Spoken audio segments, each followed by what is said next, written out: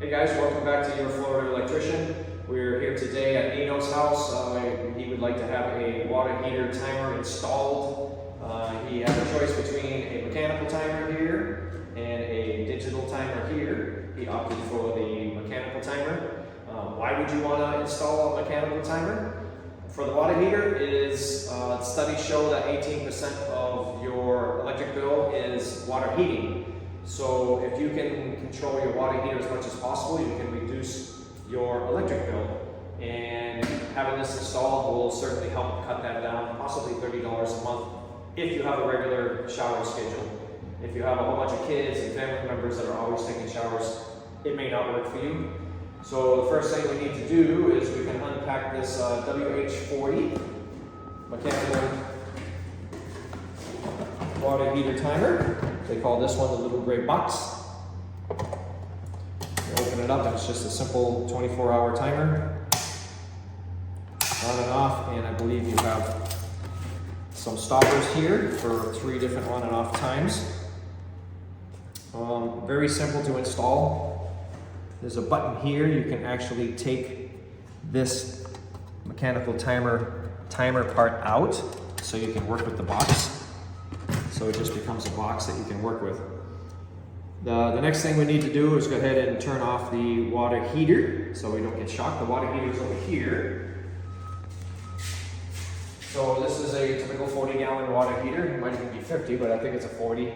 The power is coming out of the wall into the water heater. We need to intercept this, put our timer right here. It's not ideal because the water heater is going to kind of be in the way, but aesthetically, if you're outside, it's going to look a lot better. So I would like to install that timer right here. We'll feed coming out of the wall into our timer, and then have another little feed to refeed the water heater. But we're going to use liquid type conduit, not this metal flex stuff. So we need to go turn off the breaker. So over here. So the breaker here is listed as a water heater. It should only be 30 amp. It's the 4th and 5th one down. 1, 2, 3, 4, and 5. Turn that off. And then come over and get a screwdriver, which is only Phillips. This is kind of a tight spot for filming, sorry. And we have to keep the garage door closed because it's a brand new neighborhood. And there is a truck outside leveling the neighbor's yard, making a whole bunch of noise. So that's it, there's 2 screws, this lifts up. You can also take this one off.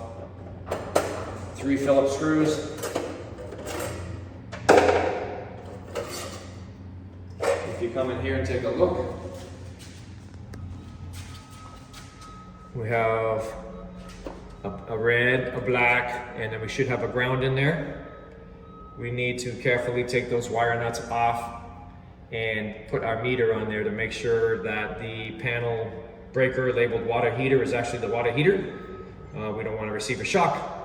Don't want anybody to get hurt. I don't want to get hurt. And we'll go ahead and do that right now.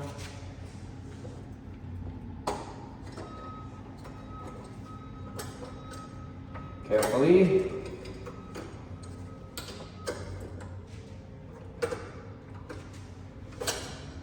Don't let that touch anything. Don't let these wires touch anything just in case they're on. There's also a ticker that could be used that I don't 100% trust. So we're going to come back with the meter in just a second. Got our trusty Klein CL800 meter. We use this at work a lot. We've got our leads. And what I'm doing is I'm testing for voltage. There's a V here with a little squiggly line. That's the one I want. I want to test voltage. So we're going to come over here. It'd be nice to hang this somewhere, but the 2 wires coming out of the wall is this one and this one, the black and the white. And it says I have 0.92 volts. I'm not too worried about that. That's not going to hurt anybody. So I can safely pull this off. We have no power there. There's also a ground screw here that grounds the entire water heater. This is not lifting out because of the ground wire that's grounding the water heater. So we can take this off. Don't lose the screw.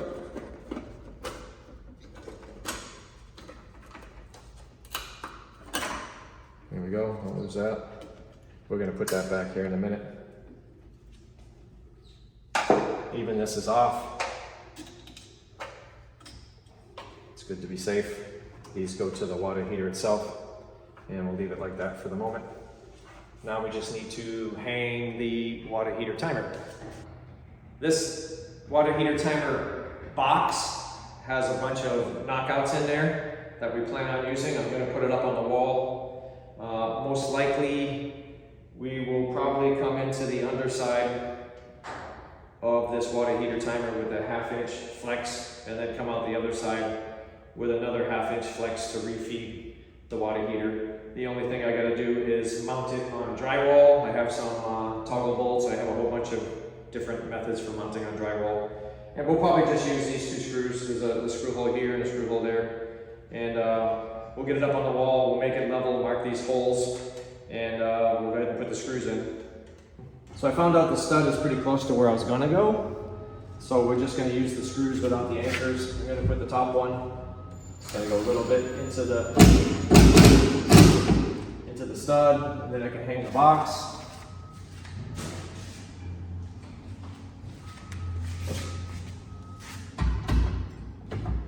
Like so. Make sure it's level.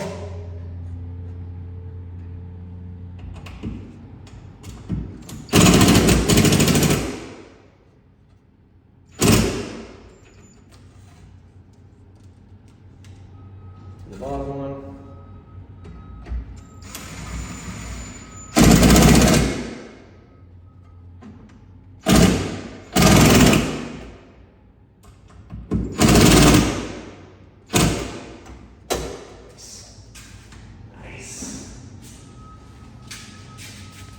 Perfectly level there. I need to knock out those bottom holes I was talking about. Yep. Got my beater, my clients. We want to knock out just that 1/2 inch. Same thing over here. Knock those out. Take those slugs out of there.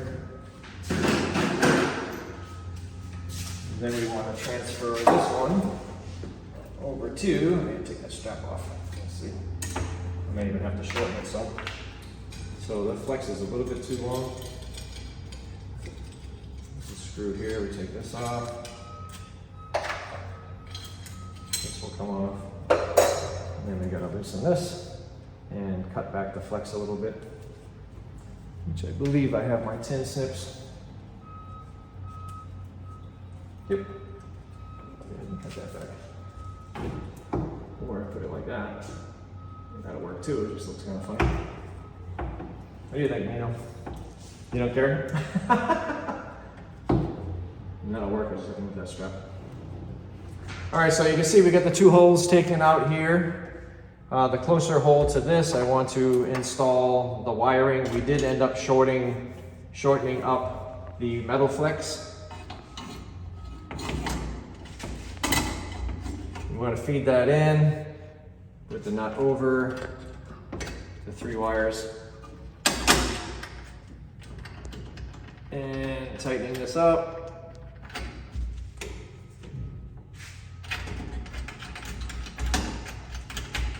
Right now I can do it by hand. There we go. Get a strap on there.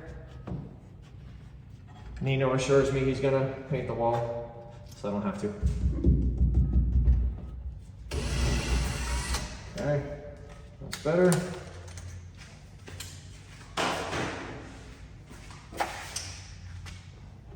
Get the plastic anchor in. And then the drywall.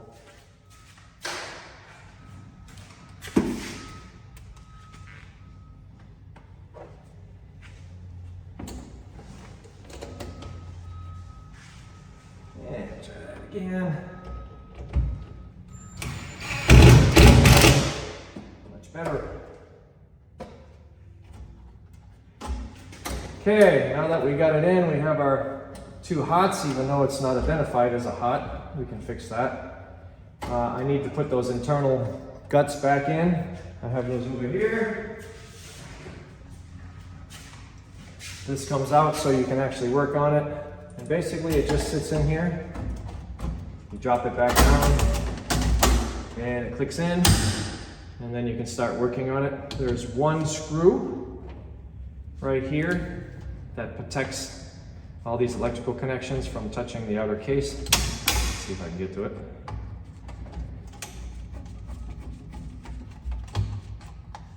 Take that screw out. Take this plastic cover off. And then we need to look to see where the lines and loads go. So line 1, line 2. Can you see this? Can you zoom in on that? Yep. Okay. Line 1, oh, neutral shows the first one.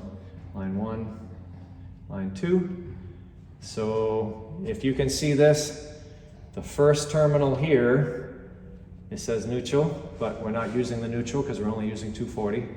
So line 1 would be the second screw. Line 2 would be the third screw, not including the neutral one. And then this would be considered line. And then the two that we're going to be feeding the water heater would be this second and fourth screw, because this is a 240 volt rated timer. So we're going to go ahead and cut these to length. I'm going to pre-bend this to go to this terminal. This one too. Pre-bend that one to go to that terminal. We're going to cut it.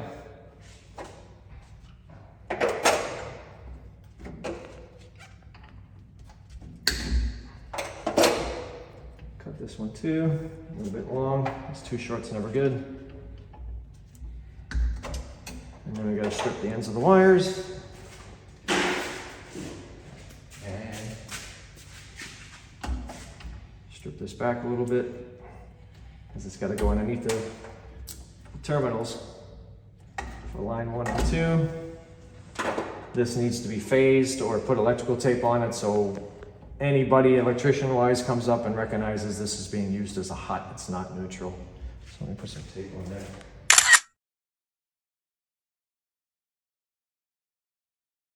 Get a rough measurement of where this is going to be. I plan on having a straight connector coming out of my timer, maybe a strap here, and then over to my connection point here. So I'm going to give it a little rough cut right here. I'm going to hold that. Again, with my hot cutters, very easy. That's it. There's my rough cut. I am going to put the other end on there. Kind of compare it with this. This was over here. We're going to get another measurement. Okay, so we got the wires fished through this pre-cut piece of conduit. We got a black and a red and a green with enough extra wire on either side to work with. This should be the size that I need, the shape and how long it is. We're going to go ahead and install it now. So it comes with these, the plastic, this kit comes with these rubber sealants. We don't really need it in here, but we'll put it on anyway. So we do want to fish the wires up through here. Put the lock nut over all the wiring so it slides down to the connector. And then we want to tighten that up.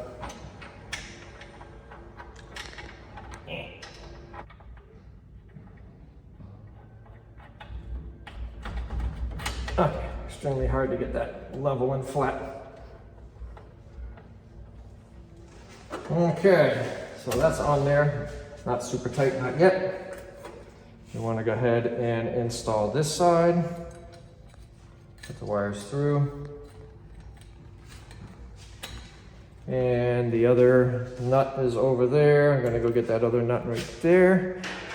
Same thing.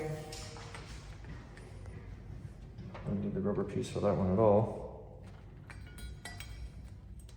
Feed the wires through, if you can see that. Tighten it up. So that gets us almost ready to do the wiring here. So if you recall at the beginning, we're taking this off. It's more or less like this, something like that. So we have enough wire here to work with, enough here. I'm gonna take that red tape off the green wire. That wire needs to go around the screw that was there. Been better if it's solid wire, but stranded will work as well. Here's the screw, we kept it. So I'm gonna take this red off of here. Can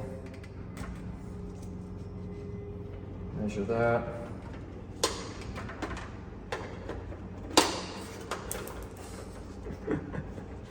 Always.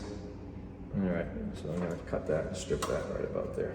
I'll just screw it over.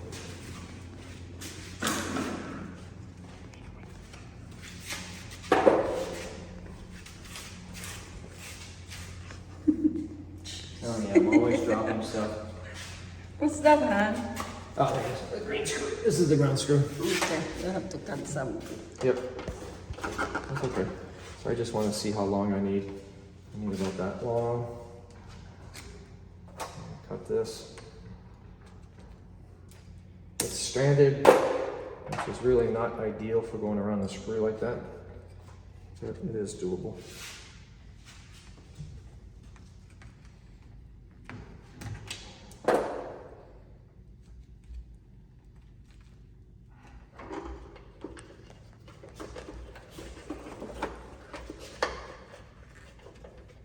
Afterwards. It's normal if like this, right? Oh yeah. It takes a long time. Yeah, oh yeah. In the real world, it's not fun.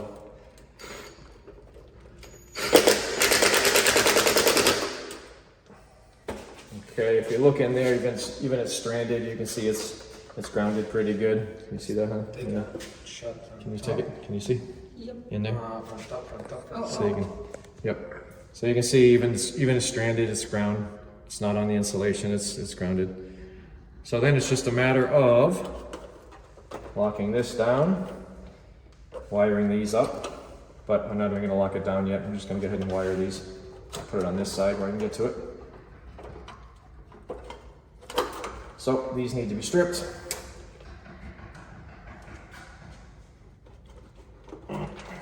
It's like working in a phone booth.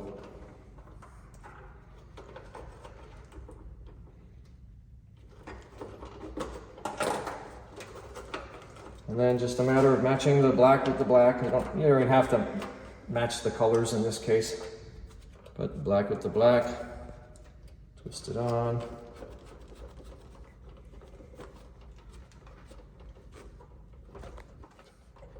Red with the red, and in there.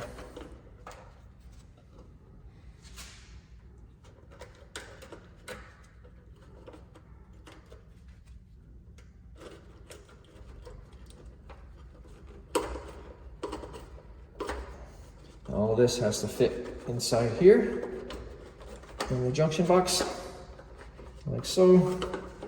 So we're gonna get this back on. We're gonna get that cover over that one. Let's see, there's 2 screws, 3 screws total.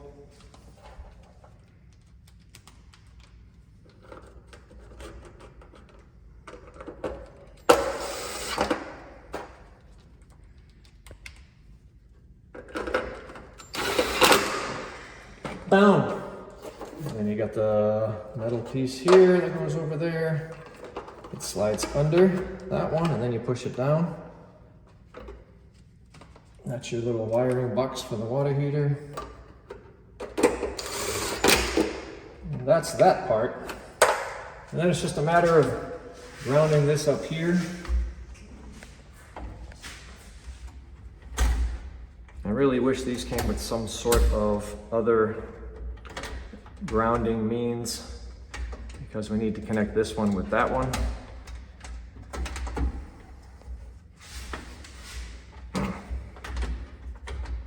And yeah, let me look at that.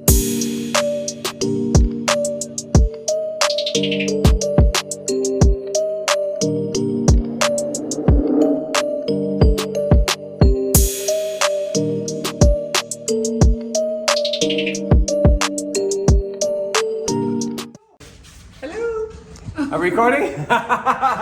Okay, the connections are made. We're gonna go back to the electrical panel and turn it on and test the voltage. We should have 240 volts on the line side. And then we'll turn the water heater on and make sure we have 240 volts on the load side. Okay, we have this again. All right, 0.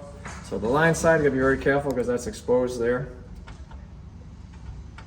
Line side 244.7. You can see that. That's good. That's the power coming in. We know that's good. Now it's off right now, so I shouldn't have anything here. 1.27. All right, so let's turn it on.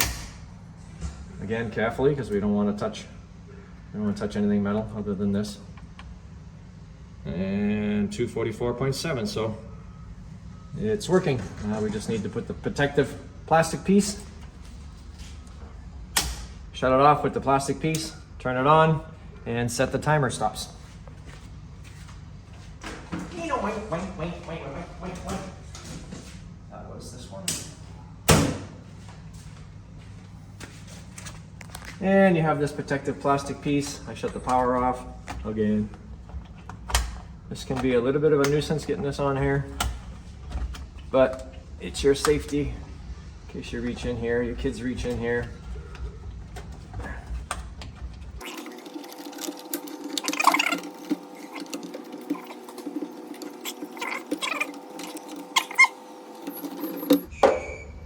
This is your on and off timer. It needs to be moved like this, like that. So this sticks out the door. So if the homeowner wants to manually turn it on and off, what's it hitting?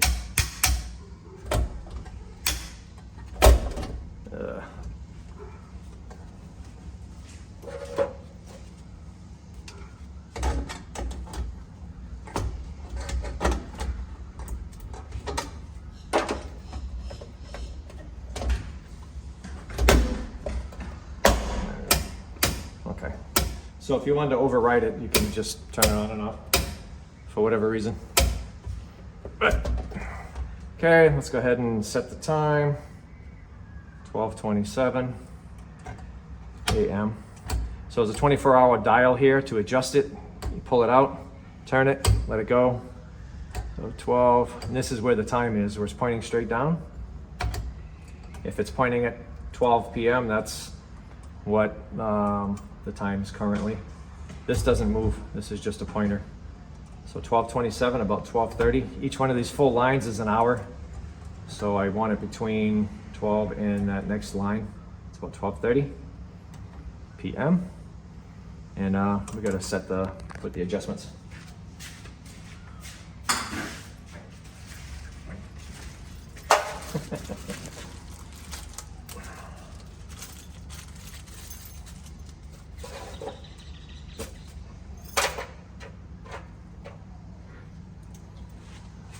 I don't know if you can see these, but they're clearly marked on and off. I believe you can set them in an hour interval, so it's going to come on for an hour at minimum, no less. So Nino, what would you like your times to be set at? What time would you like it to come on, let's say in the morning? 6 to 9. All right, so 6 a.m. So these have a little tiny screw. Goes in here. 6 a.m. Okay, don't tighten it. And you see where it's pointing at 6 a.m.? We want to take our Kleins that I conveniently left over there.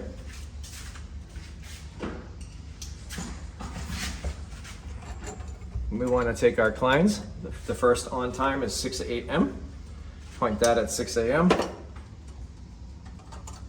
Tighten the screw as much as you can with your fingers on the little ring of the timer, and then tighten it a little bit more with your clines, because these have a tendency to kind of slip if they're not tight. Okay, that's a little bit after 6. It's about 6, I don't know, 6:05. It's hard to tell exactly. So I'm gonna move it back just a little bit. Get it more precise.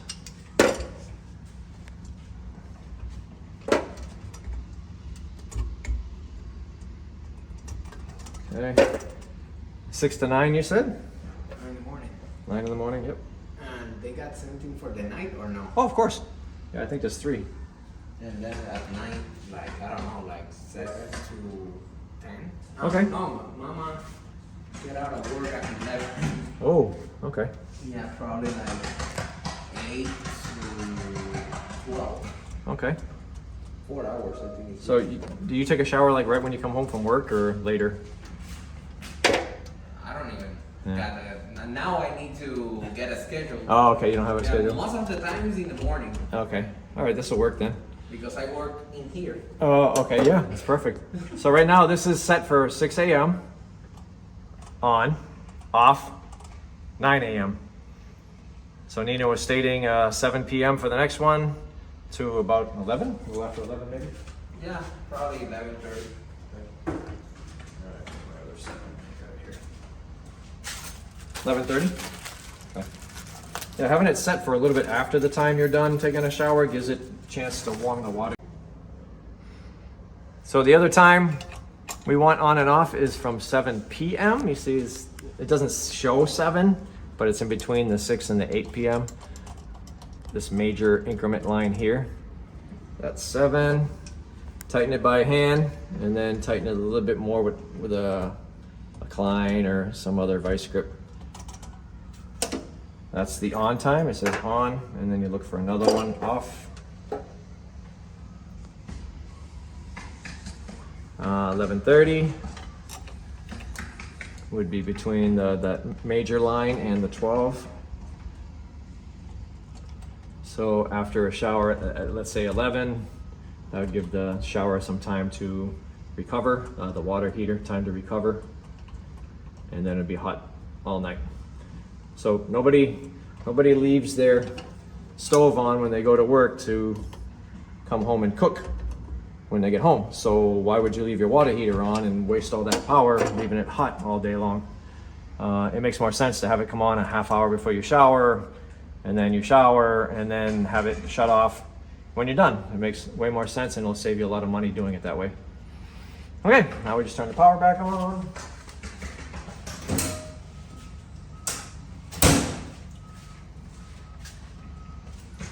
And that should be good to go like that. Bah. Sometimes you gotta bend these a little bit. There we go.